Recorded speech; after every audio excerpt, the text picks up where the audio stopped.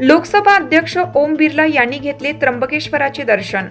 लोकसभा अध्यक्ष ओम बिर्ला यांनी आज ज्योतिर्लिंग श्री क्षेत्र त्र्यंबकेश्वराचे दर्शन घेतले।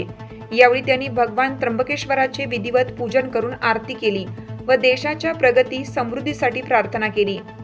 दर्शनावेळी मंदिर प्रशासनाच्या वतीने लोकसभा अध्यक्ष श्री बिर्ला यांचे स्वागत करण्यात आले। यावेळी जिल्हा प्रशासन, पोलीस प्रशासन तसेच मंदिर संस्थांचे पदाधिकारी उपस्थित होते।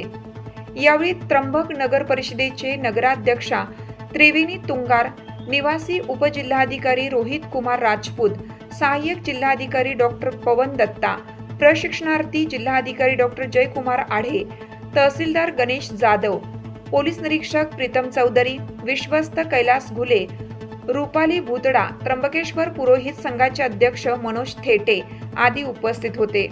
तत्पूर्वी लोकसभा अध्यक्ष श्री बिर्ला यांनी तीर्थराज कुशावर्त येथेही विधिवत पूजा केली।